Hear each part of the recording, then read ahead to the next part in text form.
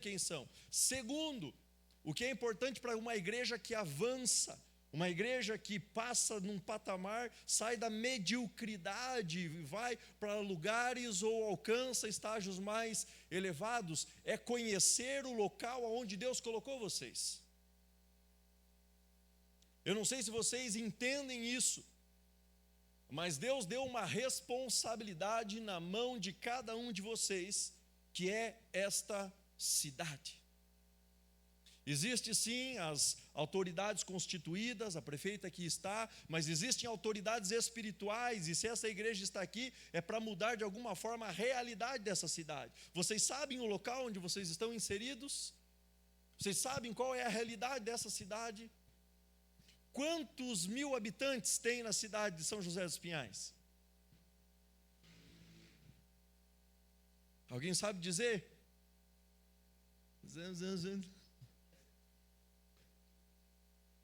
300, uau, muito bom.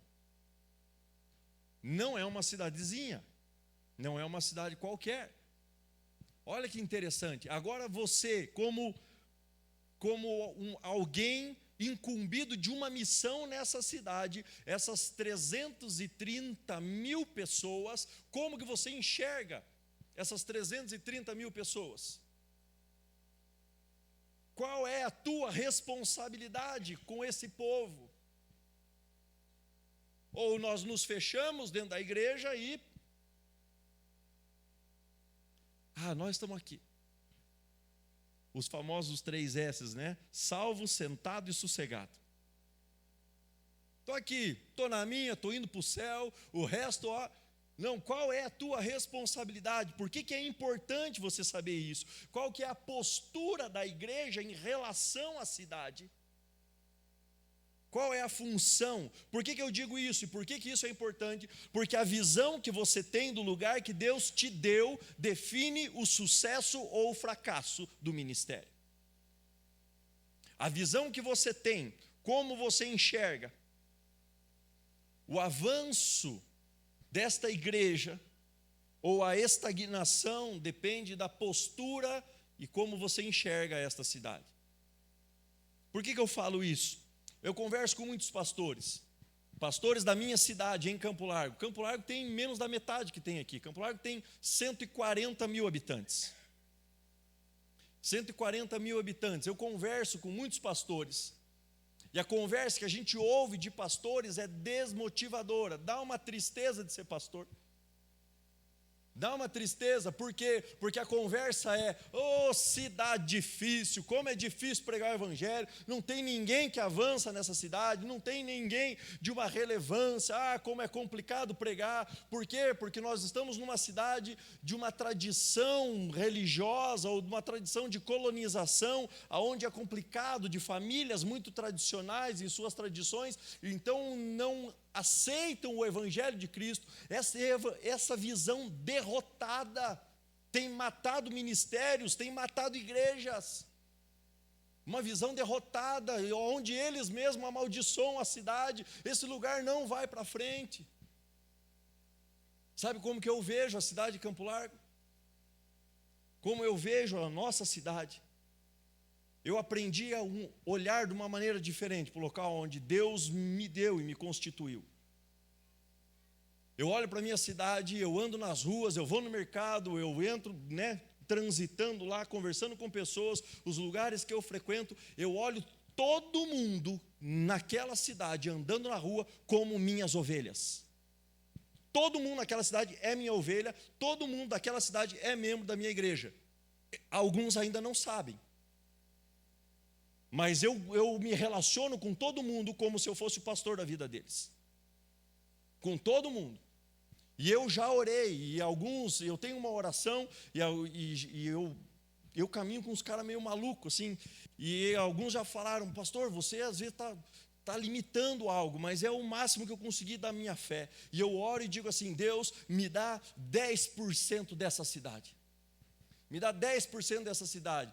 Tem 140 mil, então na hora que a minha igreja chegar a 14 mil membros. É essa visão que eu tenho. Por isso eu pergunto, qual é a visão que você tem para as pessoas, para essa cidade? Até onde vocês querem chegar? Ou até onde Deus tem a levar vocês?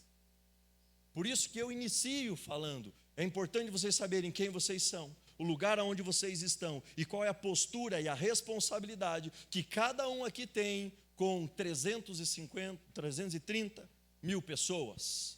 Existe um povo clamando, existe um povo sedento, e nós temos uma palavra de vida, uma palavra de salvação, e nós precisamos compartilhar essa palavra. Uma outra coisa que mata as igrejas é olhar para a cidade com uma visão de escassez. Eu falo com conhecimento de causa, eu sou pastor, as igrejas parecem que têm um olhar de mendigo.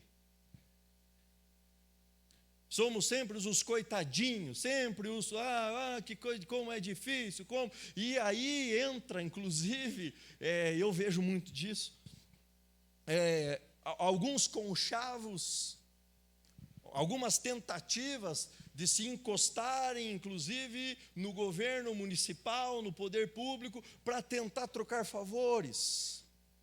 Pastores que fazem isso. Não precisa confirmar, prefeita. Mas eu sei, porque eu convivo nesses ambientes, e vão lá só para pedir um favor, é um terreninho, é uma troquinha aqui de um negócio, é uma ajuda, e é tudo assim, parece que a igreja está sempre mendigando algo. Na verdade, nós como igreja, nós precisamos estar aqui para servir a cidade. Nós estamos num novo espaço, eu vou falar isso daqui a pouco. Nós mudamos do nosso templo, que era no centro, e nós fomos para um novo espaço. E há cerca de uns 2 anos, teve ou está tendo ainda uma obra em torno, ao redor, ali da região desse nosso novo espaço. Ela é uma obra de pavimentação de toda a região, mas é do governo do estado. Não é da prefeitura, só que um dia o prefeito chegou para mim e falou assim: Abner, na hora que o governo do estado terminar a sua parte, eu vou fazer a minha. Qual é a parte do prefeito? 50 metros na frente da entrada da nossa igreja, do nosso estacionamento, é da prefeitura. Pavimentou tudo, e a nossa entrada está cheia de buraco. Cheio de buraco, poça e um monte de coisa lá, e daquele jeito, até uns tempos atrás, o pessoal pegava os entulhos da obra, jogava na frente do nosso portão. Teve um dia que nós não conseguíamos entrar na igreja. E por que eu estou falando isso para você? Semana passada, o prefeito foi lá no nosso culto. Ele estava lá, o prefeito da nossa cidade, Maurício Rivabem. Ele estava lá e ele chegou, participou da nossa celebração. Eu terminei de pregar, eu desci, eu cumprimentei ele. E ele entrou com o carro dele nos buracos. Ele entrou ali, e eu fui ali. E eu fui cumprimentar ele, e eu falei assim, agradeci, conversei com ele, e eu falei: prefeito, na sua função, o que o senhor mais ouve são pedidos das pessoas. São solicitações. Todo mundo que chega a conversar com você é para pedir algo. E ele já sabia o que eu ia falar. Mas ele se enganou. E eu falei assim: é só pedidos, favores e solicitações. Eu estou aqui na sua frente, prefeito, para não te pedir nada. Estou aqui para oferecer a nossa igreja, para servir a cidade. O que você precisar de nós, nós estamos aqui. Nós queremos servir a nossa cidade. E ele ficou assim, eu não falei nada mais. Daí ele disse: Abner, eu vou dar um jeito de tapar aqueles buracos ali na frente. Nós temos que mudar a nossa postura. A igreja precisa servir. Qual é a área que nós vamos servir? Não apenas pedir, não apenas o vem a mim, uma troca de favor, mas Deus colocou uma agência do reino dele aqui, que são vocês, para que esta igreja, esta cidade seja abençoada através desta igreja. O que vocês podem fazer? Qual é a área que vocês podem ajudar? Quais são as pessoas que vocês podem abraçar? Quais as realidades serão mudadas nessa cidade? Através do ministério, da vida, da espiritualidade e da autoridade que Deus tem confiado em suas mãos. É dessa maneira que nós devemos nos portar. Nós devemos viver dessa forma. Ter uma visão diferente do local onde Deus nos colocou. Quando Moisés envia 12 espias para espiar a terra prometida, eles voltam, depois de 40 dias, na verdade voltam todos eles, mas 10 voltam com as piores notícias possíveis. O lugar é complicado, a terra é até mana, leite e mel, eles voltam lá com um cacho de uva segurado por 2 homens com uma vara, era algo de abundância, mas a visão deles era a visão derrotada do lugar que Deus tinha dado na mão deles. O povo lá é gigante, o povo é difícil, nós somos pequenos, nós somos como gafanhotos diante de tamanha grandeza e força que eles têm. Mas 2 voltam com uma visão diferente, Josué e Calebe. Enquanto o povo estava sendo inflamado pelas más notícias, temor no coração, não vamos para lá, nós vamos ser mortos, vamos ficar aqui mesmo. Josué e Calebe, na verdade Calebe com toda a autoridade fala assim, não é assim, subamos porque Deus vai nos dar isso, se nós formos, nos levantarmos, nós venceremos, nós vamos prevalecer. A visão era diferente. Depois da morte do líder Moisés, Josué começa a liderar o povo de Deus. E para chegar naquela promessa, naquela terra, foi necessário passar por alguns percalços.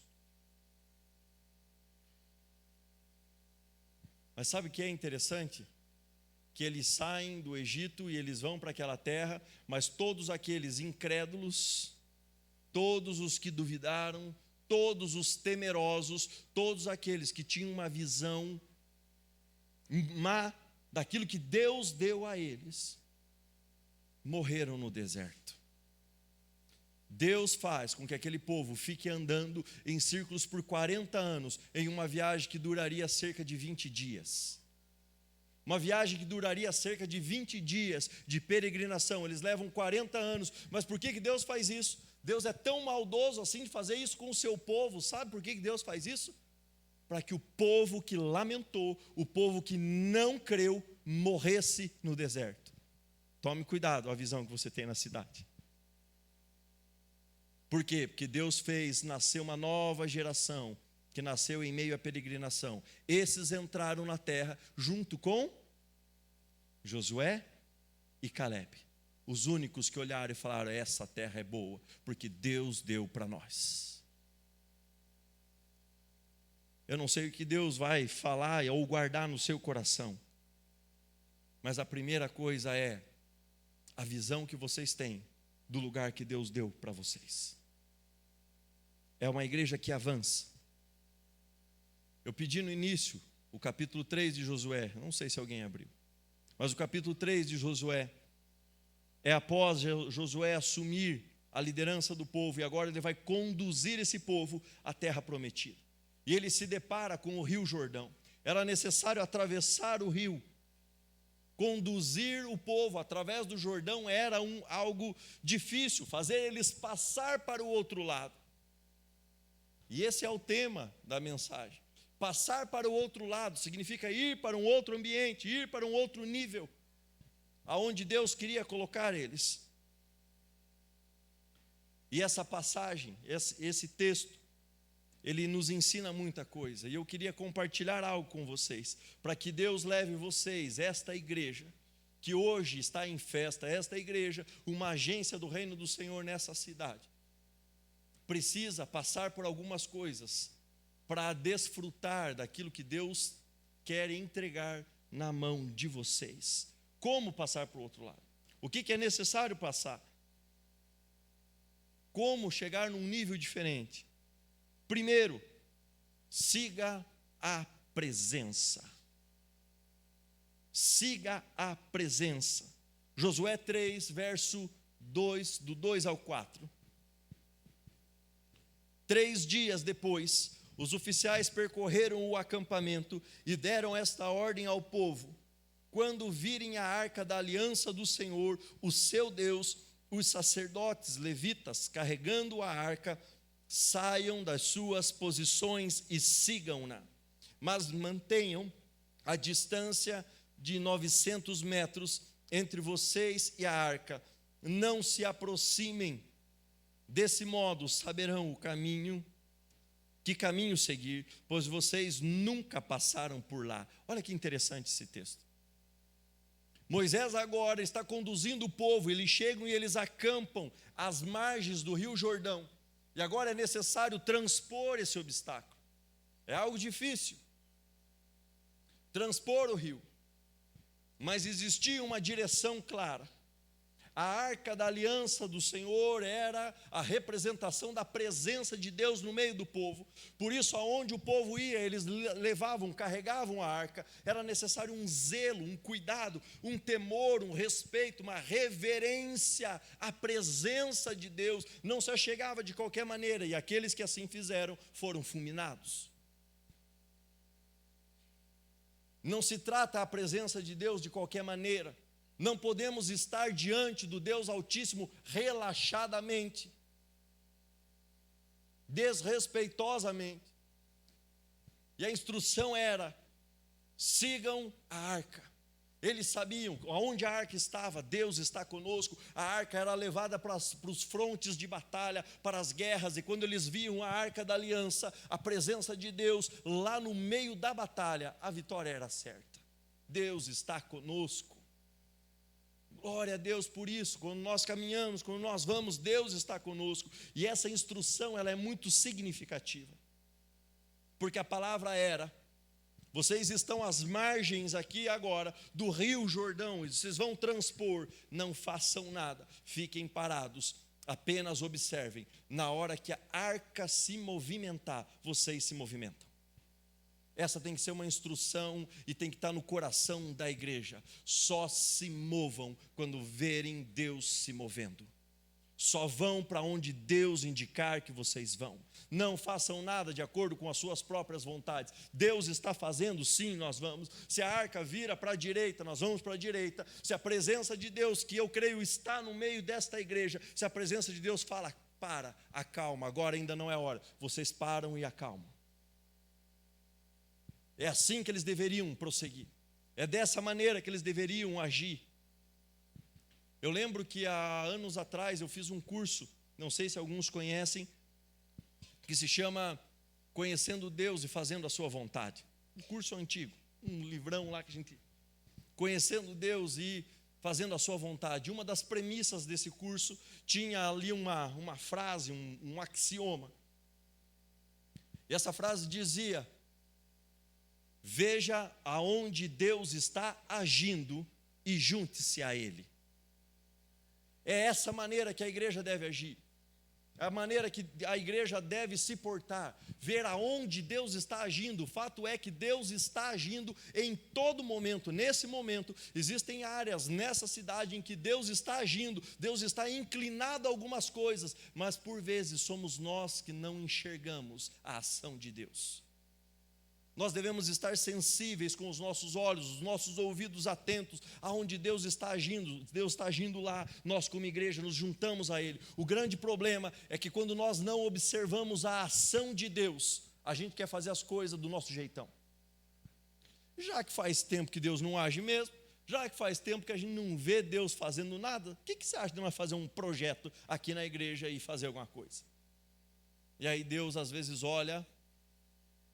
Eu estou falando isso, gente, porque é algo para a minha igreja também. Às vezes a gente quer fazer, a gente quer avançar, e Deus olha e pensa assim: não, isso aí eu não mandei vocês fazer, não. Era para vocês ficar parados, a arca está parada, vocês estão querendo fazer coisa que eu não mandei vocês fazer. E aí a gente se frustra, começa um projeto e não vai para frente, não dá certo, e daí a gente quer orar a Deus, dizendo: Deus, abençoa. Vai abençoar algo que Ele não mandou fazer? Entenda uma coisa e guarde no seu coração: Deus tem compromisso com a vontade dEle, não com a nossa. Consegue entender isso? Deus tem compromisso com a vontade dEle, não com a nossa. Então, se Ele estabeleceu um propósito, se Ele deu um projeto, se Ele deu uma direção, vocês vão, porque vai ter sucesso. Vocês vão porque vai ser abençoado. Vocês vão porque é Ele que garante a vitória no final do processo. Agora, se é algo do nosso coração, algo que eu inventei, porque eu vi que deu certo numa outra igreja. Eu vou tentar, e daí a gente quebra a cara ali na frente, a gente ora, Deus abençoa. Não, Deus não tem compromisso com aquilo que eu tomei decisão por mim mesmo. Ele tem compromisso com a vontade dele. Por isso, atentos ao que ele tem para falar. Aonde que a arca está indo? Aonde que a arca está indo? Aonde que ela está se movimentando? Você já foi para algum lugar que você não conhece? Hoje em dia está mais tranquilo, porque tem isso aqui, né? Isso aqui a gente chega em qualquer lugar. Eu saio lá de Campo Largo e eu bato na porta da IBC São José dos Pinhais sem nunca ter conhecido. É tranquilo. Mas os mais antigos, quando a gente ia para um lugar, falava assim, quem conhece o caminho? Ia na frente e a gente ia atrás. E a gente tomava uma certa distância, e às vezes a pessoa dava uma acelerada, e você tentava ir também, na hora que ele dava a seta para a esquerda, você já jogava para a faixa de esquerda, olha, vai virar lá, e você dava a seta. E você ia entrando em lugares, vilas, ambientes que você nem conhecia. Por quê? Porque tinha alguém que sabia o caminho. Mas aí era complicado quando ele dava uma acelerada e passava no sinal amarelo. E deixava a gente para trás. A gente não sabia o caminho, e agora o que a gente vai fazer? Por que eu estou falando isso? Porque essa instrução ela é interessante. Prestem atenção aonde Deus está indo. E vocês lembram o restante do verso que nós lemos? Porque tem uma distância de pelo menos uns 900 metros, e vocês vão olhando. Por quê? Porque vocês passarão por lugares que vocês nunca passaram antes.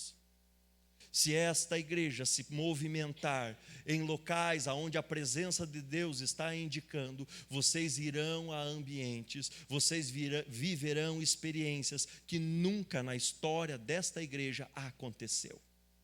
Vocês viverão milagres que vocês nunca imaginavam que ia acontecer no meio de vocês. Isso é preciso, é olhar para onde está indo, porque Deus nos levará por caminhos incertos. Essa é a primeira instrução. Querem avançar, querem viver o extraordinário do Senhor, sigam a presença. O segundo estágio, santifiquem-se. O verso 5, Josué ordenou ao povo, santifiquem-se, pois amanhã o Senhor fará maravilhas entre vocês. Que palavra pesada. Que palavra pesada, que responsabilidade. Santifique-se, a santificação ela é crucial. Ela é extremamente necessária no meio da igreja. Nós vivemos hoje um evangelho às vezes de qualquer maneira, de qualquer jeito. Alguns que fazem concessões com o pecado, mas o povo de Deus, escolhido pelo Senhor, é um povo separado, santificado. E é a maneira que Deus opera no meio do seu povo, é quando vê eles em santidade.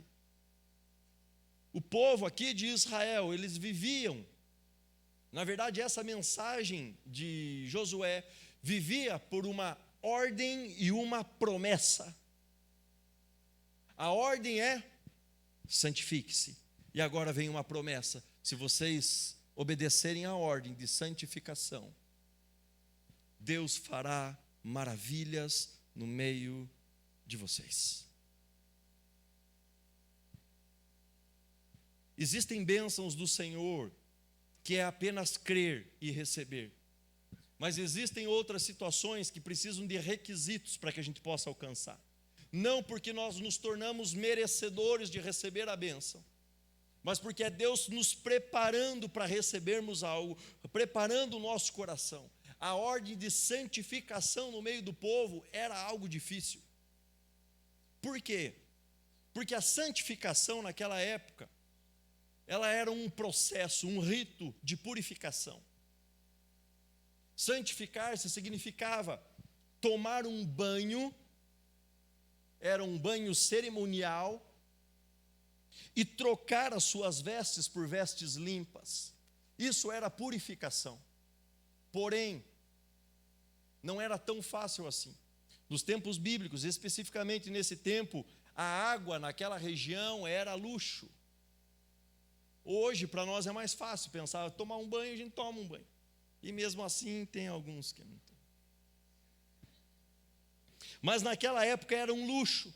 Quando ele fala santifique-se, purifiquem-se, era algo difícil, era pesaroso a água, mas afinal de contas agora eles estavam diante do Jordão. Eles tinham uma possibilidade, mas eles precisavam fazer algo.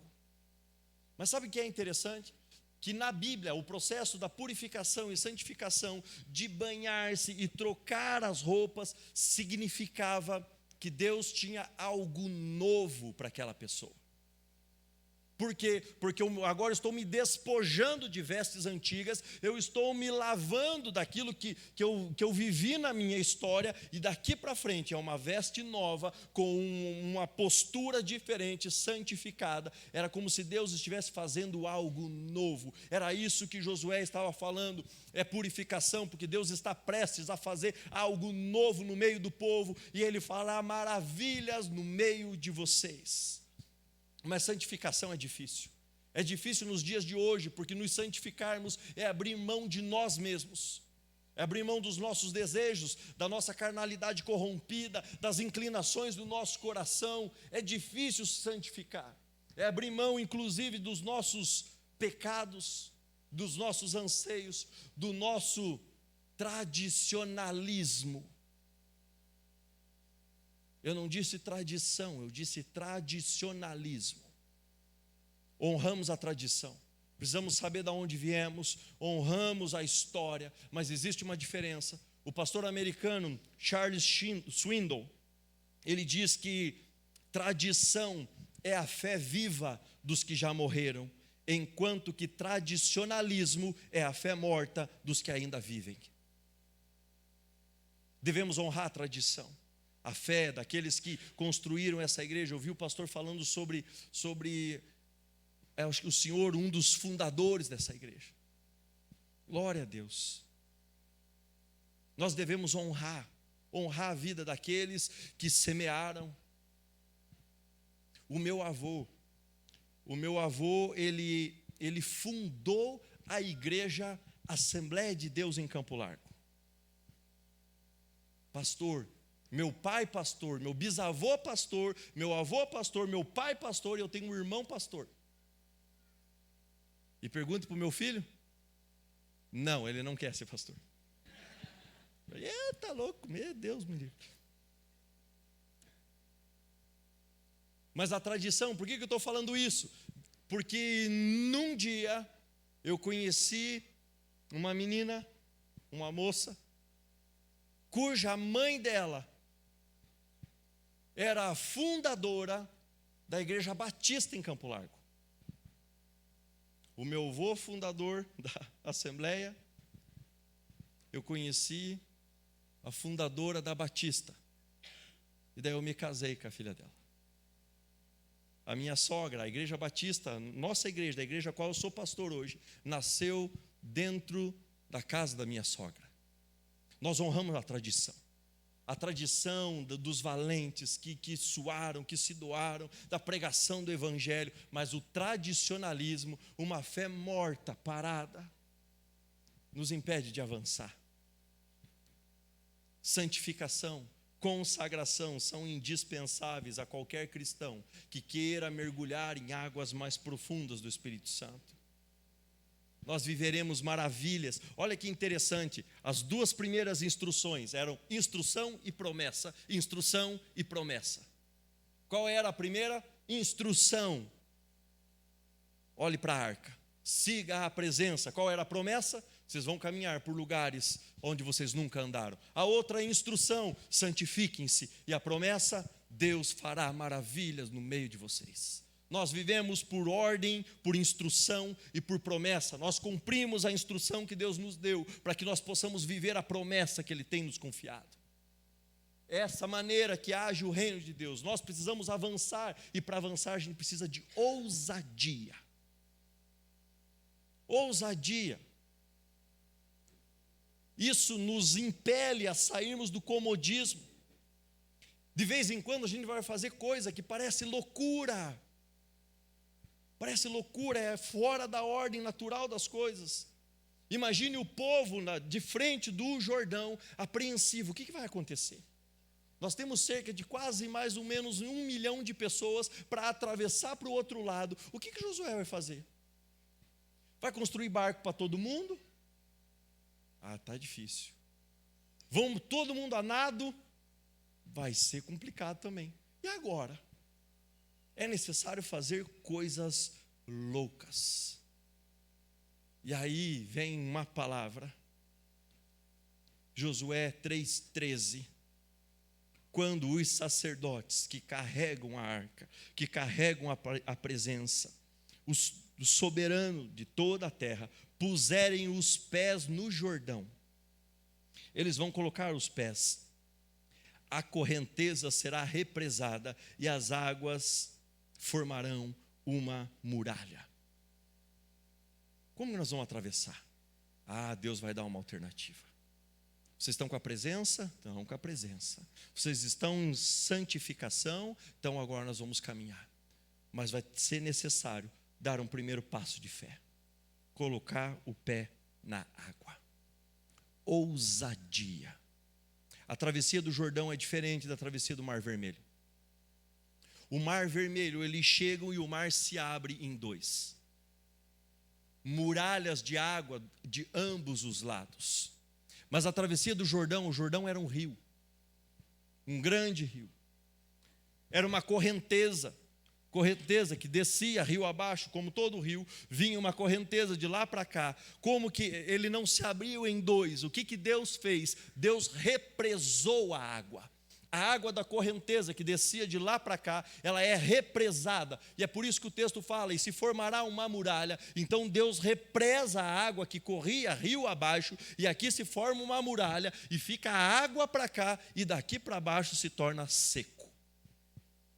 Foi assim que caminhou. Guarde essa informação, porque essa informação ela vai ser importante, você já vai entender o porquê.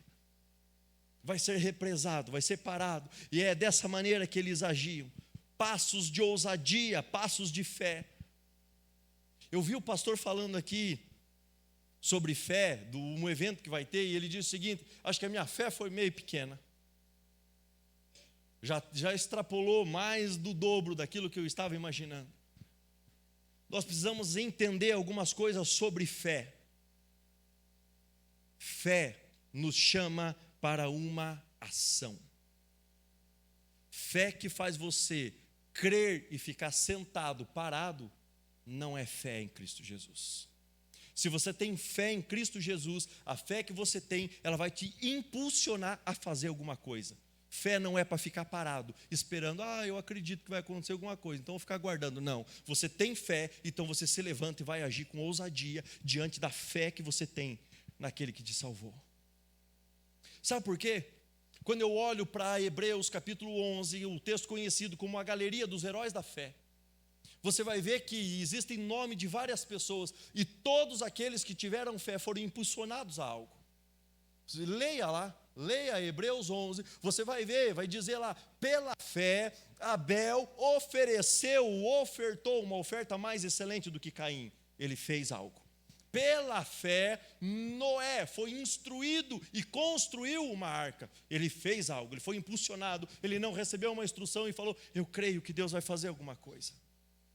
Pela fé somos impulsionados. Pela fé, Abraão saiu da sua parentela para peregrinar a uma terra prometida. O mesmo Abraão, pela fé, foi provado por Deus e agora leva o seu filho Isaque para sacrifício. Pela fé, Moisés decidiu não ser chamado filho da filha de Faraó para se proteger. E pela fé, ele retira o povo do Egito. E o texto vai continuar dizendo, pela fé, eles celebraram a Páscoa. Pela fé, eles saíram do Egito, pela fé eles passaram o Mar Vermelho. Toda fé te chama para uma ação. Fé não é para ficar parado. Você tem fé? Amém? Você tem fé que Deus vai fazer alguma coisa, um rebuliço através da tua vida nessa cidade? Então é a partir de amanhã que o bicho vai pegar. É a partir de amanhã, porque a fé, a evidência da fé é a ação. Não adianta dizer eu creio, eu tenho fé e ficar parado. É pela fé, então você vai fazer alguma coisa. Meus irmãos, vocês não sabem o que aconteceu na nossa igreja. A verdade, eu não vim aqui para ficar falando da nossa igreja, até não queria muito falar, mas eu preciso compartilhar algo com vocês, para que o que servir para o teu coração você guarda, o que não servir você dispensa. Esse texto de Josué 3 e 4, ele falou ao nosso coração e bateu de frente por 2 anos na nossa igreja. Foi a nossa bandeira, foi esse texto. Nós nos espelhamos e nos assemelhamos com essa experiência de Josué. Há algum tempo nós sentíamos Deus nos levando para um nível diferente. Nós não queríamos mais ficar acostumados com a mesma coisa. Nós víamos uma movimentação diferente nos nossos cultos, uma presença do Senhor. Quando nós entrávamos da porta para dentro, era notória. E a gente precisava fazer alguma coisa. Nós tínhamos um templo ali no centro, era no centro da cidade, nosso templo antigo, e por algumas vezes eu pregava aqui, e estava tão cheio que eu via algumas pessoas lá na calçada, na janela, olhando assim para tentar ouvir a pregação. E nós precisávamos fazer alguma coisa. Eu acho que tem algumas fotos aí. Essa é uma das fotos em um dos cultos do nosso templo no centro. Essa é uma volta de encontro com Deus, a mulherada ali servindo. Acho que tem mais uma.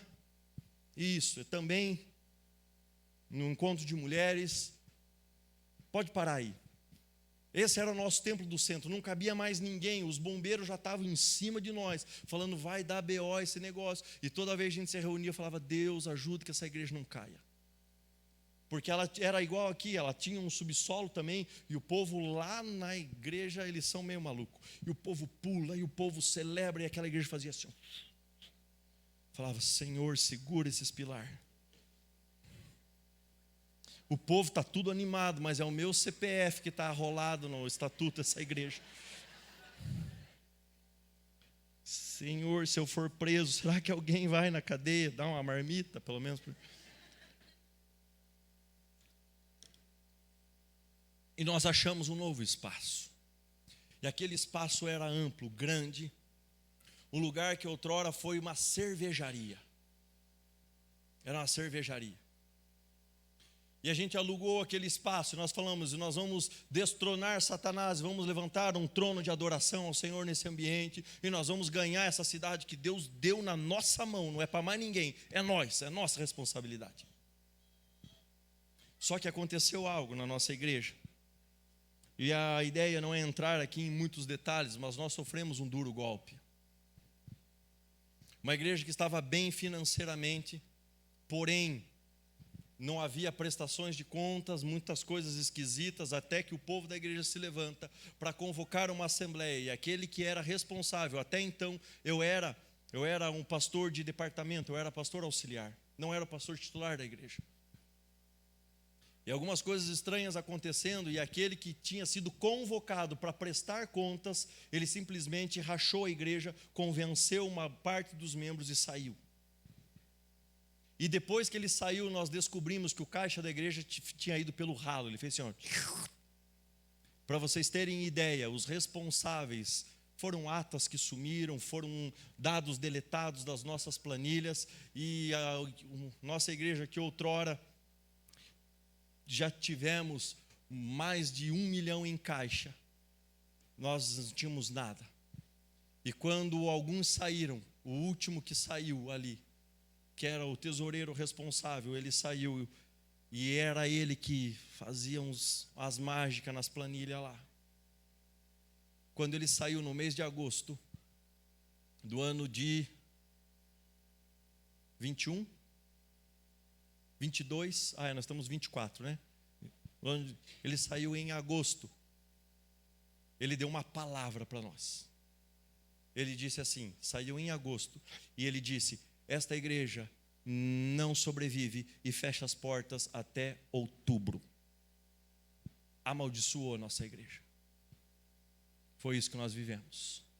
E agora nós, com um amplo espaço, um grande barracão, no bruto, nós não tínhamos como fazer, um grande aluguel a ser pago, sem dinheiro, com pessoas saindo, e as que ficaram desacreditadas, inclusive agora retendo algo, porque pela má experiência que tiveram, né, estavam retendo ofertas, dízimos, as suas doações, E nós começamos a passar o maior deserto e a história mais triste em 27 anos da nossa igreja. Gememos, choramos, oramos como nunca. E com o coração sangrando, eu subia no púlpito. Eu não tinha condição de estar em pé. Com o coração sangrando, eu falava: santifiquem-se, porque amanhã Deus fará maravilhas no nosso meio. E eu não sabia para onde ir, o que nós íamos fazer. Eu não vou contar toda a história. O testemunho durou mais de 1h30 lá na outra igreja. Não vou todo esse tempo. Eu vou encurtar muita coisa. Encurtando a história. Milagres aconteceram. Nós precisávamos sair, veja como está a igreja, não cabia mais ninguém. Nós precisávamos ir para um novo espaço. A única coisa que eu sei é que em 6 meses nós investimos naquele espaço mais de 100 mil reais sem sair R$1 da conta da igreja. E agora você me pergunta por quê? Como? Pergunte, como? Não sei, não tenho nem ideia. Deus proveu. Vinha, a gente recebia ligação dos Estados Unidos, recebia alguém e chegava gente que não era membro da igreja com um envelope, falava: pastor, entregar na tua mão. Falava: não, eu não pego dinheiro, vá na tesouraria. Não, pastor, Deus mandou entregar na tua mão. Falei: então nós vamos junto entregar lá. E gente que não era membro e não queria ter o seu nome vinculado, ele falou: não, Deus mandou eu entregar, Deus mandou eu fazer. E a gente começou a ver Deus agindo, e nós precisávamos ir para lá. Eu falei: Deus, como é que nós vamos para lá? E a igreja perguntava: pastor, quando é que nós vamos para lá? E eu olhava assim, o chão no bruto, não tinha nada. Tinha uma valeta no meio de uma fossa, no meio do nosso templo, que passava um cano, não tinha nada. Eu entrava lá dentro e nós orávamos. Nós orávamos, colocava a mão nas paredes e falava: Deus, é aqui, Deus, eu preciso de tinta aqui nessa parede. Deus, eu preciso aqui desse chão. E nós íamos e Deus começou a fazer, Deus começou a mandar, até que um dia eu falei: não, nós vamos fazer o seguinte. Teve um dia, eu falei de ações ousadas, né? Fé nos leva à ação. E às vezes a gente faz sem pensar, só pela fé. Teve um dia que eu subi no púlpito da igreja, eu falei, e a igreja lotada, e o povo vibrando, e aquele povo louco pulando. Eu falei: e Deus vai fazer no nosso meio. O povo: glória a Deus. Eu falei: então a partir de amanhã, segunda-feira, nós vamos fazer 21 dias de oração. E quando terminar os 21 dias de oração, nós vamos mudar para lá. E o povo: glória a Deus. E daí eu olhando assim, eu falei: Senhor, o que eu falei? Falei: ai Deus, e aí eu comecei a perder noite de sono. Eu falei: eu prometi para o povo agora, como é que eu vou voltar para trás? Como é que eu vou dar um passo de fé e dizer para o povo: pastor de vocês não tem fé? Falei: não, agora nós vamos avançar. Eu sei que eu fui com marreta fazer o calçamento da igreja, ajudei a fazer laje. Bati laje. Já estou ficando bom. Se não der certo para pastor, servindo de pedreiro, já estou servindo. Mas fiz de tudo. E nós íamos lá, a gente fazia mutirão. E a gente ia. E a data que foi dia 11 de junho de 2023. Não faz nem um ano ainda que a gente mudou. Essa história é recente. Por que eu estou contando isso para você? Você vai entender o que tem a ver com todo o texto. E aí, Deus falou no meu coração: dê passos ousados. Eu falei: Deus, e agora? O que nós vamos fazer? E a igreja está fervendo, nós precisamos fazer algo extraordinário. Senhor, aonde a arca está indo? Para onde que o Senhor está se movimentando? E conforme eu falei, esse nosso templo antigo, esse que está aparecendo, ele ficava no centro. E aí dá uns 3 quilômetros mais ou menos. O nosso novo espaço, ele fica do lado da BR. Era necessário atravessar a BR. E Deus falou no meu coração: eu levei Josué a atravessar o Jordão. Você vai levar esse povo a atravessar a BR. Eu falei: que coisa doida. Como é que Deus me leva a atravessar a BR? Ele falou: vai atravessar a BR. Não foi assim que eu parei e daqui não passou nada. Eu vou travar a BR e você vai passar daqui para lá. Eu falei: como que funciona isso, Deus? É assim mesmo. E eu falei, vou levar esse povo a peregrinar. Vamos colocar o povo na rua. Subi no púlpito e falei, dia 11 de junho, nós tínhamos 2 celebrações, de manhã e à noite, nós já tivemos 3 celebrações para conseguir comportar o povo, mas naquele momento nós tínhamos 2 celebrações, e eu falei, no dia 11 de junho, nós não teremos culto pela manhã. E o nosso culto da noite vai começar às 3:30 da tarde. 3:30 da tarde, eu quero o povo aqui. É claro que não vai todo mundo, mas 3:30 da tarde eu quero o povo aqui. Nós vamos começar aqui, no nosso templo do centro. E aqui nós vamos adorar e nós vamos receber uma palavra do céu. Vai ter uma primeira pregação. E daí nós vamos sair para a rua. Coloquei o povo na rua. Caminhão de som na frente, uma das bandas do nosso ministério de louvor dentro do caminhão de som, o povo na rua andando, e nós íamos andando, a polícia foi trancando as ruas, polícia militar, guarda municipal, Diretran, foram fechando as coisas, nós juntamos ali, pela contagem, inclusive da PM, nós temos um membro nosso, que era o comandante da PM na cidade, e nós fomos para a rua. Nós juntamos cerca de umas 500 pessoas caminhando, e daí mais uma fileira de carros atrás. E nós íamos cantando, e nós íamos adorando nas ruas da cidade de Campo Largo. E as pessoas saíam nas janelas, e nós íamos orando pelas pessoas que passavam pela rua, e a gente via as pessoas, os irmãos da nossa igreja chorando, lágrimas nos olhos, adoração ao Senhor, e Deus começou a fazer, eu falei, não, nós vamos caminhar, Deus mandou, então nós vamos atravessar a BR, e nós fomos indo. Aí a fila de carro era depois do grupo de pessoas, era aquela fila de carros, você pode passar mais uma, isso, pode parar aí. Aí foi no estacionamento do nosso novo templo. Mas foi interessante que quando nós chegamos na BR, a polícia veio, atravessou os carros na BR e parou.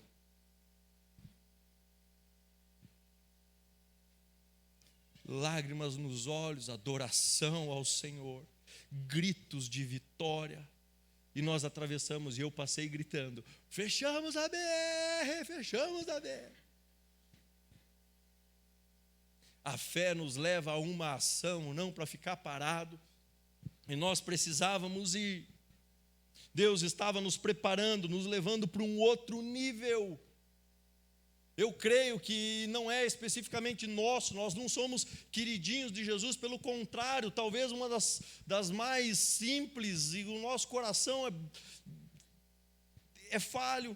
Uma das mais simples das igrejas da grande Curitiba, quem somos nós? Mas Deus estava agindo, a gente só resolveu ouvir, ver aonde Deus estava e nos juntarmos a Ele. Falei, Deus, nós não podemos perder, eu não quero perder o avivamento que o Senhor está para fazer na nossa cidade, mas para que a gente possa viver a promessa, é necessário seguir a presença, é necessário santificação e também é necessário carregar pedras. Carregar pedras. Olha o que diz, agora chegamos no capítulo 4 de Josué. Toda a nação terminou de atravessar o Jordão. O Senhor disse a Josué, escolha 12 homens dentre o povo, cada um de cada tribo, e mande que apanhem 12 pedras do meio do Jordão, o lugar onde os sacerdotes ficarem parados. Levem-nas com vocês para o local onde forem passar a noite. Josué convocou os 12 homens que escolhera dentre os israelitas, um de cada tribo, e lhes disse, passem adiante da arca do Senhor, o seu Deus, até o meio do Jordão. Ponha a cada um de vocês uma pedra nos ombros, conforme o número das tribos dos israelitas. Preste atenção, que instrução interessante. Deus manda juntar líderes do povo e lá no meio, para servir como prova, pegar pedras. Que tamanho que eram essas pedras? Você tem ideia? Que tamanho eram as pedras? O próprio texto nos dá uma noção. Não diz a dimensão, mas nos dá uma noção. Não eram pedras pequenas. Não era uma pedra que eu pego aqui, coloco na minha túnica, né? Ou carrego ela. Por quê? Porque o texto fala, peguem pedras e coloquem aonde? Sobre os ombros, uma pedra. Uma pedrinha no ombro e eu vou equilibrando essa pedrinha para o outro lado. Não. Pedras nos ombros. E atravessem para o outro lado. Passar para um local de promessa do Senhor fere os nossos ombros, geram feridas. Se você um dia for visitar a nossa igreja, você vai ver uma igreja com cicatrizes de batalha, porque carregamos pedras do local onde Deus nos passou, do local onde Deus nos levou. Ele fez isso, mas existe um propósito. Alguém aqui entende de construção civil? Construção civil aí. Glória a Deus. Se eu tenho uma casa casa térrea, e eu quero construir um sobrado, quero fazer um sobrado, o que eu preciso fazer? Primeiro, fundação. Não é só eu pegar um monte e jogar em cima do telhado que eu tenho e fazer um. Eu preciso fortalecer os meus pilares. Sabe por quê? Porque o peso do segundo andar, ele não é suportado pela estrutura que tem a casa. Então, para que eu possa aumentar, subir e avançar, eu preciso fortalecer as minhas bases e os meus pilares. Com Deus é da mesma forma. Por que carregar pedras? Para fortalecer os seus ombros. Por que carregar pedras? Por que você precisa ser fortalecido? Deus fortalece nossos ombros para que possamos aguentar o que Ele vai colocar sobre nós. Do jeito que a gente está, não tem como receber um novo de Deus. É preciso se fortalecer, porque Deus está falando, eu vou colocar coisa pesada sobre vocês. Vocês vão precisar calejar esses ombros. Nós entendemos isso em Campo Largo. Gememos pelas madrugadas, choramos como nunca, orei como eu nunca tinha orado na minha vida. E Deus estava nos forjando, porque Ele queria colocar algo extraordinário, e a gente começou a ver isso. E eu entendo sobre esta igreja, pastor, Deus levará a IBC para outro nível. Deus levará para algo maior, algo que vocês nunca viveram antes, tendo experiências extraordinárias e que ainda não foram vividas em 31 anos de história. Existe algo novo, algo extraordinário, mas para isso é necessário ter fé, mas essa fé é levar vocês a uma ação, vocês olharem aonde Deus está agindo, caminharem por locais que ainda não caminharam e viverem experiências novas. Santifiquem-se, porque amanhã Deus fará maravilhas no meio de vocês. Santifiquem-se, igreja. Nós teremos, eu creio que eu terei boas notícias dessa igreja, do avanço, do extraordinário, aquilo que Deus está fazendo.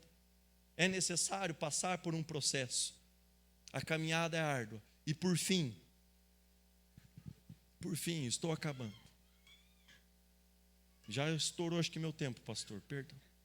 Alguém me dá uns 5 minutos? 5 minutos? 5, 10, 15, 20 lá, subiu um 25. Por fim, levantem altares. Levantem altares. Por que carregar pedras? Para calejar, para ser fortalecido. Mas essas pedras, elas tinham um objetivo quando chegassem do outro lado. Elas iam ser despejadas em um local. E a partir do verso 19 do capítulo 4 diz: no 10º dia do primeiro mês, o povo subiu do Jordão e acampou em Gilgal, na fronteira a leste de Jericó. E em Gilgal, Josué ergueu as 12 pedras tiradas do Jordão. Ele levantou um altar com as 12 pedras. Primeiro, um altar de adoração ao Senhor. Mas qual era a outra função desse altar, dessas pedras? Disse ele aos israelitas: no futuro, quando os filhos perguntarem aos seus pais o que significam essas pedras, expliquem a eles: aqui Israel atravessou o Jordão em terra seca, pois o Senhor, o seu Deus, secou o Jordão perante vocês, até que o tivessem atravessado. O Senhor, o seu Deus, fez com o Jordão como fizera com o Mar Vermelho, quando secou diante de nós, até que tivéssemos atravessado. Ele assim fez para que todos os povos da terra saibam que a mão do Senhor é poderosa, para que vocês sempre temam o Senhor, o seu Deus. As pedras que nós carregamos vão servir de testemunho quando as pessoas perguntarem: olha só onde que está a IBC agora. Essa aqui não era aquela igreja ali. Olha como, eu não acredito que Deus está fazendo isso. E aí vocês terão pedras para apresentar. Vocês terão ombros marcados. E vocês poderão testemunhar. Você quer que eu conte a história? Você quer que eu conte a história?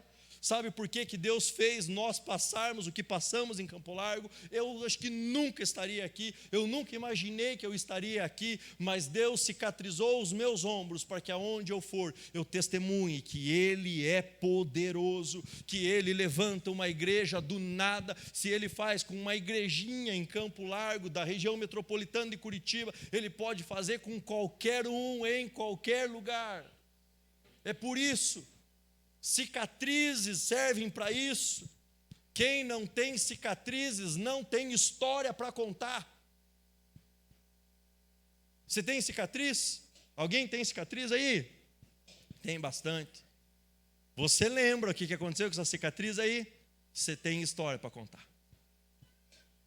As nossas cicatrizes servem para contar a história. Eu tenho uma, quer dizer, eu tenho algumas, mas eu tenho uma debaixo do queixo aqui. Agora não dá para ver, tem uma barbinha rala, mas já esconde um pouquinho da cicatriz. Eu lembro exatamente o que aconteceu com essa cicatriz. Eu estava em cima do muro de casa, 5 anos de idade, no auge da minha maturidade. O muro, imagine um muro assim, ó. O muro é aqui, ó. Eu subi no muro aqui. A minha casa era para cá, só estava eu e minha irmã em casa. Minha irmã não, agora não lembro que idade. É um pouco mais velha que eu. Eu e ela em casa, e aqui era um terreno baldio. E alguém teve a brilhante ideia de, no terreno baldio, meter fogo no capim. E eu tive uma ideia mais brilhante ainda de subir no muro para ver o fogo. E o fogo ali, o fogo, e virou o vento, e o fogo veio, e o fogo veio, e o fogo veio, ficou quente demais, eu não consegui suportar, eu tentei sair do fogo. O que eu fiz? Eu estava aqui, ó, um muro assim, eu dei um passo para trás. Essa é a minha cicatriz, exatamente isso, meu irmão. O muro fez assim, ó, me ralou inteiro e abriu o meu queixo. Por que eu conto isso? Quem não tem cicatriz não tem história para contar.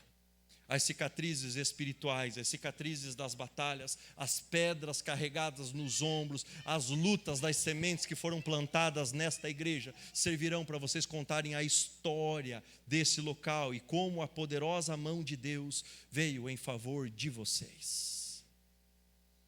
Eu acho que eu coloquei, uma foto.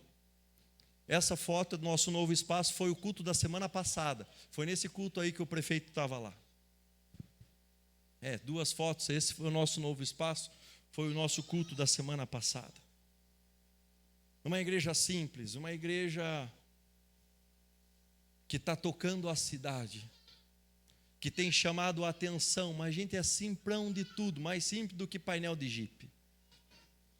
A gente é uma igreja que tem alcançado a cidade, a gente tem se estendido por todos os bairros da cidade, com células, alcançando, pregando o evangelho, famílias transformadas, mas a gente ainda é uma igreja que frita pastel no final do culto.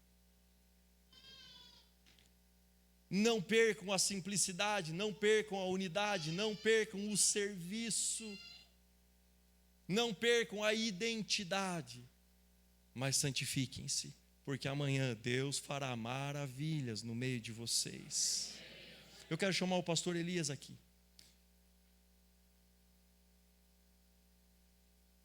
E eu vou terminar como eu deveria ter começado. Mas na verdade, intencionalmente e propositalmente, eu deixei isso para o final. Antes de Josué dar a instrução para o povo, lá a primeira instrução, do olhar à arca. O primeiro verso do capítulo 3 de Josué diz assim: de manhã bem cedo, Josué e todos os israelitas partiram de Setim e foram para o Jordão, onde acamparam antes de atravessar o rio. E a partir daí vem a instrução de Josué para o povo. O que eu estou querendo dizer? O povo foi, o povo tinha história para contar. O povo viu os milagres, mas eles precisavam de uma liderança que vinha de Deus sobre Josué. Josué era um homem que ouvia a voz de Deus. Pastor, quem sou eu? Escute o céu. Josué, o texto vai dizer, ele acordava bem cedo. Não era uma característica só de Josué. Sabe quem fazia isso também? Moisés. Sabe quem mais fazia isso? Ezequias, um rei que reestabeleceu o culto no meio do povo de Deus, tinha tempo com Deus. Sabe quem fazia isso? Um tal de Jesus. Davi ouvia o céu, governava. Profetas profetizavam ouvindo o céu. Vocês serão levados a lugares extraordinários. Essa igreja será reconhecida não apenas na região de Curitiba, mas a fama, não por causa de vocês, mas pelo Jesus que vocês carregam, se estenderá além das fronteiras da cidade, pelo Paraná e Brasil afora. Do que Deus há de fazer, mas lembrem que a instrução passa primeiro pela liderança. Pastor, eu achei muito honrado você apresentar a sua liderança. Sabe quem são esses? Os carregadores de pedra. Para levar para o outro lado. Eu queria agora que você ficasse em pé, para dar a impressão que nós estamos acabando.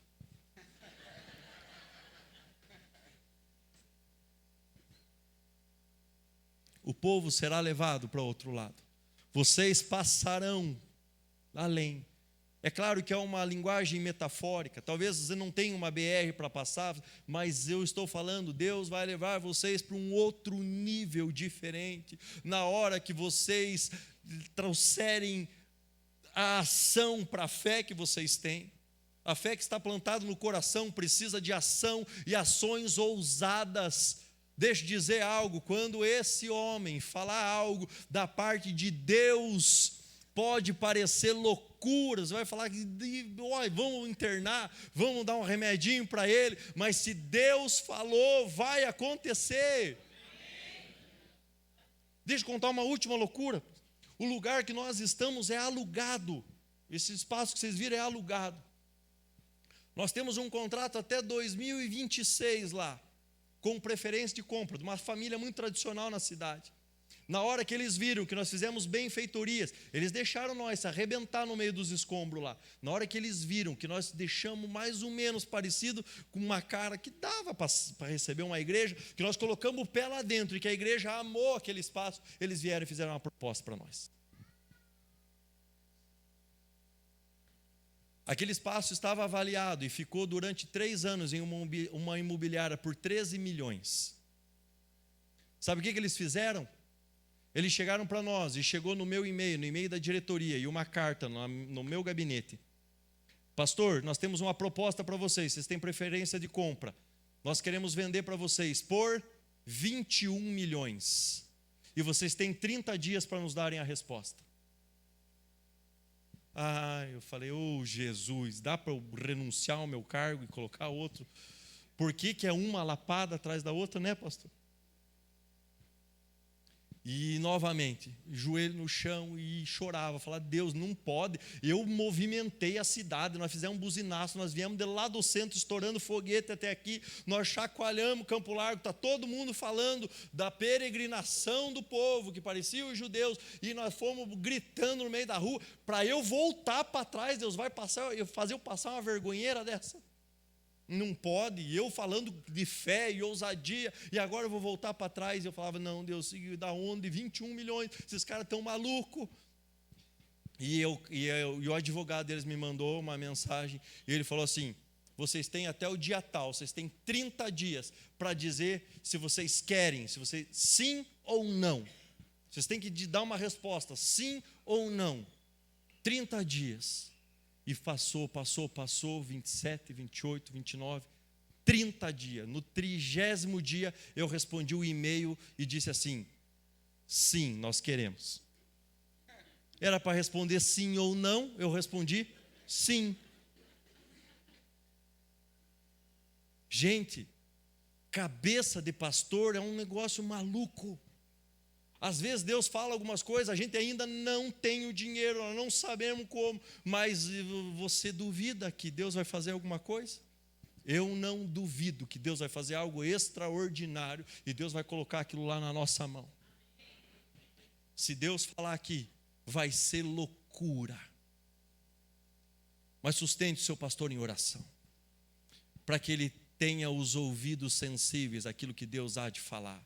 Olhos voltados ao trono da graça, porque de lá vem um derramar, e vai derramar sobre o povo, e na hora que ele falar, santifique-se, porque amanhã de manhã a gente vai marchar, marche e não questione, porque se Deus falou, vai acontecer. Eu quero que você estenda a mão aqui à frente, sobre a vida do seu pastor. Sua esposa está aqui, pastor? Cris.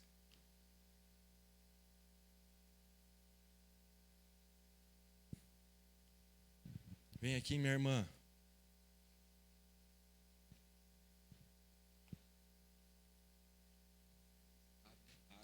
Tudo bom? Prazer, Abner. Eu quero orar por esse casal.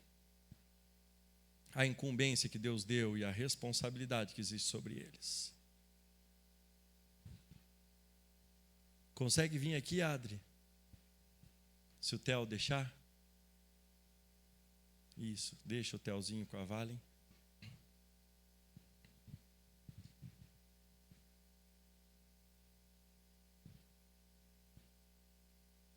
Nós não temos muita coisa a oferecer, a não ser um coração servo e aquilo que vocês precisarem de nós e da PIB Campo Largo. Conte com a gente para a gente caminhar junto. Mas da experiência que nós tivemos, das cicatrizes que outrora sangraram e que serve para contar o testemunho, nós queremos abençoar. Nós choramos demais, mas Deus está honrando, e eu creio que nós estamos aprendendo ainda aquilo que Deus há de fazer. E Deus há de fazer algo extraordinário sobre esta casa, sobre esta igreja. Se você crê nisso, eu não quero que você simplesmente, sabe essa que a gente faz assim, ó? Que você agora abra sua boca com fé, com a autoridade que Deus colocou sobre a sua vida, e clame com todas as tuas forças nesse momento, porque esse momento pode ser um divisor de águas do que Deus há de fazer nesta casa. Pai querido, em nome do Senhor Jesus, Pai, eu me uno a essa querida igreja, uma igreja linda, uma igreja abençoada, que com certeza já tem história para contar de tudo aquilo que já viveram. Obrigado, Senhor, pela vida do pastor Elias e da Cris. Obrigado pelo coração servo, inclinado, Senhor, à tua presença, pela sensibilidade. Mas eu clamo, Senhor, sobre a vida deste casal. Fortalece, Senhor, os seus ombros. Fortalece, Senhor, a vida do teu filho, do teu servo. Dá a ele, Senhor, visão extraordinária, uma visão elevada. Deus, que ele não enxergue apenas aquilo que está no plano natural. Abre os seus olhos para o sobrenatural. Deus, aquilo que o Senhor há de fazer, que ele enxergue além, Senhor, do que todos podem compreender. Dá a ele, Senhor, palavra de autoridade, visão e palavra profética, em nome do Senhor Jesus, que ele possa te sentir, Pai, ao lado dele, sabendo que ele nunca está sozinho, que ele possa conduzir esta igreja, conduzir esse povo. Deus, há uma terra, Senhor, que o Senhor há prometido para eles, que eles amem essa cidade, que essa igreja seja como um farol que ilumina, que irradia, Senhor, todos os bairros, Pai, em nome do Senhor Jesus, e que eles possam testemunhar, Senhor, testemunhar os grandes feitos do Senhor. Eu clamo, Pai, por boas notícias. Eu clamo, Senhor, para que nas próximas semanas, nos próximos meses, no próximo ano, tenhamos notícias extraordinárias daquilo que o Senhor está fazendo. Deus, se eles tiverem que expandir, estender as suas tendas, alargar, Senhor, as suas tendas, o seu espaço, para comportar todos aqueles que o Senhor há de mandar, que assim seja, dá as condições, é o que eu te peço, Pai, e em concordância oro com essa amada igreja, em nome do Senhor Jesus, amém, amém, glória a Deus. Você pode aplaudir o Senhor?